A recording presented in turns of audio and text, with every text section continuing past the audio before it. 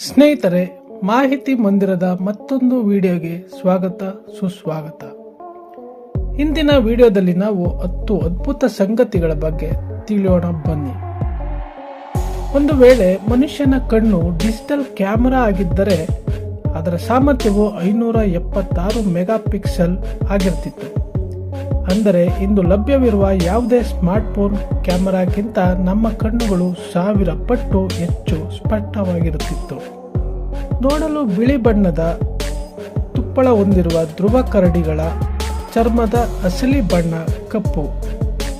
ಅವುಗಳ ಬಿಳಿ ತುಪ್ಪಳವು ಪಾರದರ್ಶಕವಾಗಿದ್ದು ಸೂರ್ಯನ ಬೆಳಕನ್ನು ಪ್ರತಿಫಲಿಸುವುದರಿಂದ ಅವು ಬಿಳಿಯಾಗಿ ಕಾಣುತ್ತವೆ.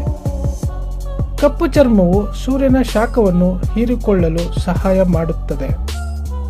ಸಮುದ್ರದಲ್ಲಿ ವಾಸಿಸುವ ಸೀ ಅಟ್ಟರ್ಗಳು ಮಲಗುವಾಗ ಒಬ್ಬರಿಗೊಬ್ಬರು ಕೈ ಹಿಡಿದುಕೊಳ್ಳುತ್ತವೆ. ನೀರಿನ ಅಲೆಗಳಿಗೆ ಮಲಗಿದ್ದಾಗ ತೇಲುತ್ತಾ ಒಬ್ಬರಿಂದ ಒಬ್ಬರು ದೂರವಾಗಬಾರದು ಎಂಬ ಕಾರಣಕ್ಕೆ ಈ ರೀತಿ ಮಾಡುತ್ತವೆ. ನೀಲಿ ತಿಮಿಂಗಲದ ಗಾತ್ರ ಎಷ್ಟು ದೊಡ್ಡದಾಗಿರುತ್ತದೆ ಎಂದರೆ ಅದರ ರಕ್ತನಾಳಗಳ ಒಳಗೆ ಒಬ್ಬ ಮನುಷ್ಯ ಈಜಬಹುದು. ಇದರ ಹೃದಯವು ಒಂದು ಸಣ್ಣ ಕಾರಿನ ಗಾತ್ರದಷ್ಟಿರುತ್ತದೆ. ಶನಿಗ್ರಹವು ನಮ್ಮ ಸೌರಮಂಡಲದ 2ನೇ ಅತಿ ದೊಡ್ಡ ಗ್ರಹವಾಗಿದ್ದರೂ ಅದರ ಸಾಂದ್ರತೆಯು ನೀರಿಗಿಂತ ಕಡಿಮೆ ಇದೆ. ಅಂದರೆ ನೀವು ಒಂದು ದೈತ್ಯ ನೀರಿನ ಟ್ಯಾಂಕ್ನಲ್ಲಿ ಶನಿಗ್ರಹವನ್ನು ಹಾಕಿದರೆ ಅದು ಮುಳುಗದೆ ತೇಲುತ್ತದೆ.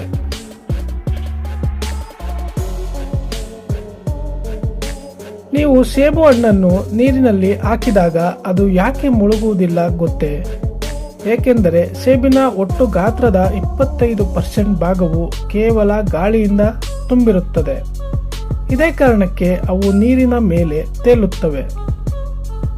ನಮ್ಮ ಬೆರಳಚ್ಚುಗಳು ಪ್ರತಿಯೊಬ್ಬರಿಗೂ ವಿಭಿನ್ನವಾಗಿರುವಂತೆ ಪ್ರತಿಯೊಬ್ಬ ಮನುಷ್ಯನ ನಾಲಿಗೆಯ ಗುರುತು ಕೂಡ ವಿಶಿಷ್ಟವಾಗಿರುತ್ತದೆ.